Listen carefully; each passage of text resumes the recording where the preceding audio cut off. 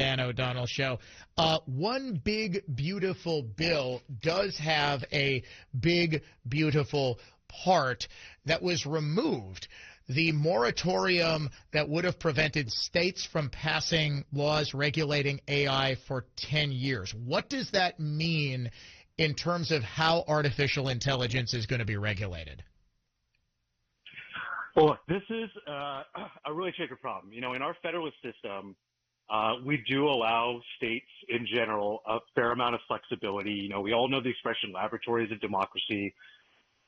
By things, their state governments, legislatures are closest to the people that they govern.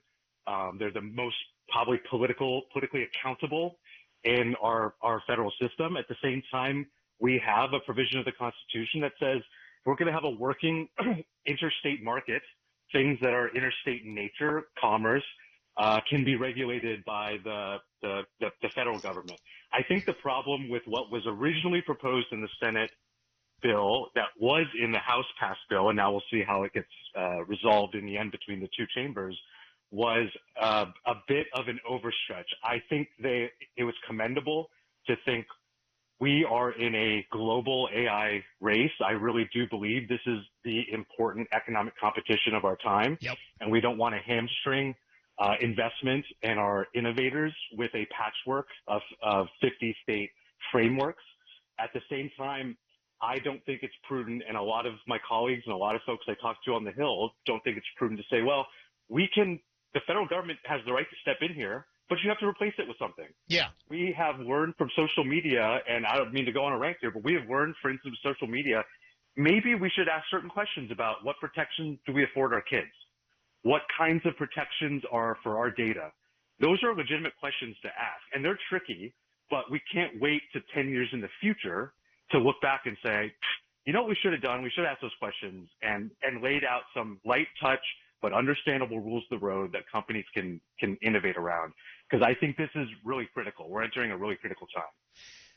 Do you think that there needs to be some sort of common understanding amongst human beings about the sorts of things that AI will be allowed to do? I mean, no less a figure than Elon Musk has expressed grave concern about the possibility, not necessarily of this singularity in the Matrix and Terminator and all that sort of stuff, but rather AI doing so much for humans that eventually, and I'm talking 50 years down the line, the concept of human work is essentially obsolete. I mean, yeah, and I don't like getting into debates or definitions around superintelligence, singularity, Skynet, things like that. I think the most likely outcome is, like any revolutionary technology, it will be highly disruptive, but over time it will become metabolized into our economy to the point where you almost don't notice it, and we'll have huge productivity gains, but we also have some risks. Technologies can have feet and say no more. But those questions, the one you hinted at about what should we allow technology to do, what limits, like this is the nature of how democracies work. We are allowed to ask those questions, and they may not be informed purely by what's the most efficient outcome or what's the grandest outcome. We're allowed to make certain, I dare say, moral judgments about, hey, we may be giving up some benefits, but we as a people have a mechanism to hash those out and say, you know what, we're not going to allow. So, for instance, we're not going to allow the use of AI to create deep fake pornographic images of children. Right.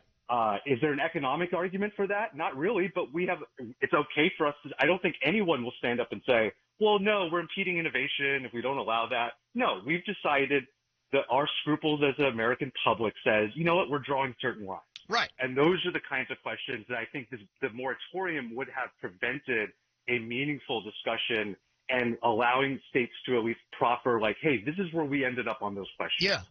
Yeah.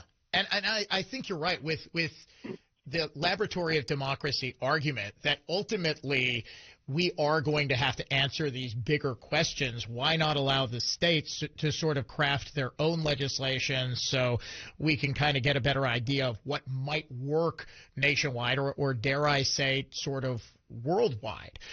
Satya Thallam is an AI policy expert. He joins us on the Dan O'Donnell Show. In a larger sense, what do you think is going to be the impact of artificial intelligence on our day-to-day lives? I've been kind of sounding like you said a couple of minutes ago, that this is going to be the greatest potential economic innovation of our lifetimes, even dwarfing the economic impact of the internet, which was utterly transformative, not just economically, but in terms of how we live. How do you think beyond even the economic impact, AI is going to affect our lives 1 year, 5 years, 10 years down the line? Well, let me try to give you two answers. One is kind of the smaller answer, but it's more acute and it's more immediate. One of the things I spend most of my time and talk to my colleagues about is about the national security impact. So think about, this could be you, any of your listeners, how many notifications you've received in your life that your data has been breached, that your credit card was copied, or that some account you signed up for now some hacker was able to get into it and they have to send you a notice. We don't even really notice it anymore. Yeah. We just kind of say, it's not a big deal. One of the things we know for sure, this is documented, that AI makes it easier for less sophisticated actors, and especially those are kind of organized by states like China and in Russia, to do more pernicious versions of that, like hacking into our electrical grid, hacking into secure databases and intel systems. We've already seen ransomware hacking of major parts of our electrical grid in this country. Like, that has happened. We've kind of forgot about it. And that's one thing you're saying within 1 year, that is the thing that is going to continue happening. So it's not kind of new with AI. It just makes it worse. And it's one thing if your credit card company says, you had an unauthorized charge and we're going to charge it back, don't worry, and we just move on with our day. It's another where our critical infrastructure, the things we depend on that are invisible but are essential to us just filling up our cars with gas and having electricity and heat for our home, those are the things that I'm most immediately worried about, and it's just exacerbated a current problem because we are so cyber insecure. The larger impact, like I said, my best prediction, but I mean, some very smart people, some of whom are the leading programmers and innovators in AI. Some of them are very worried. Some of them are not. I think the most likely outcome is somewhere in between. Like I said, with most technologies, we will see some incredible productivity gains over time, increases in standard of living, quality of life, but we will have certain downside risks that come with that. And then the question is, and that it'll ultimately be invisible to us. I think there will be a time within the next generation where AI is not a separate thing. It's not a separate thing we interact with. It is just part of our lives. It's invisible because it's like a fish doesn't know it's wet. Yeah. It will just be integrated so fully around us, but it doesn't mean that everything is better and the end of scarcity and everyone's happy and everyone lives 300 years. It means that we also have to address the downsides of every technology. Ultimately, I think, widely adopted, its benefits tend to outweigh the costs, but the costs are real, and it doesn't mean we shouldn't acknowledge them. What do you think the biggest cost would be? I mean, you obviously outlined a big one, that it makes bad actors way more efficient at committing bad acts. But what do you think some of the other potential downsides might be? Well, again, starting with the near term and going to the long term. Near term, we have seen a proliferation of deepfake generated imagery, some of which are political in nature, some are meant to imitate celebrities or neighbors, much of which, unfortunately, is creating pornographic images of underage schoolmates, of children, of people that a kid in school knows of someone, a classmate that they're bullying. We've seen, in some ways, South Korea is kind of the bellwether because they tend to adopt technology much faster than us. And at this point, every school knows people within their school who have been targeted by this kind of technology. Jeez. And it's just getting easier to do. You don't need to be an expert. There are apps that are widely available where you can do this, and you don't have to be a programmer. So we're seeing proliferation of that. Hopefully we can arrest it before it becomes so ubiquitous. But related to that,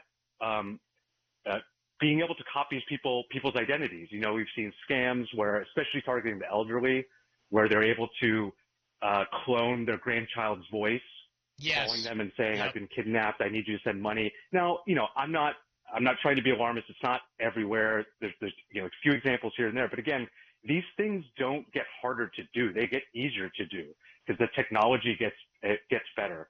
I think we're right at the edge of wide use of agentic AI, which means you're not prompting like a large language model and telling it what to do.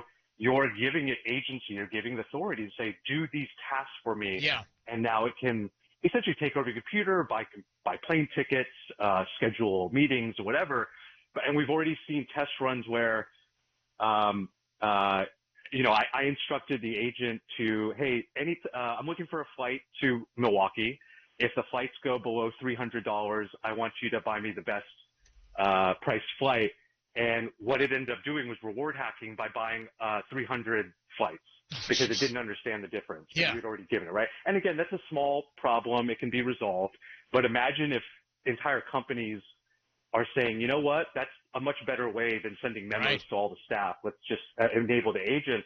What kind of chaos is going to ensue? And more to the point, we can solve this, but who's liable? Right. I mean, companies will have the right incentives as long as you say, if this happens, you are now responsible for the cost, or the end user or the developer of the model is responsible. We don't have that infrastructure to say who is actually liable. The market can actually take care of a lot of this, but we haven't got there to understand, is the developer of the model responsible because they didn't warn the company or they didn't put in protections? Is the user responsible because, hey, we just sold you the software. What you did with it is your problem. We don't know.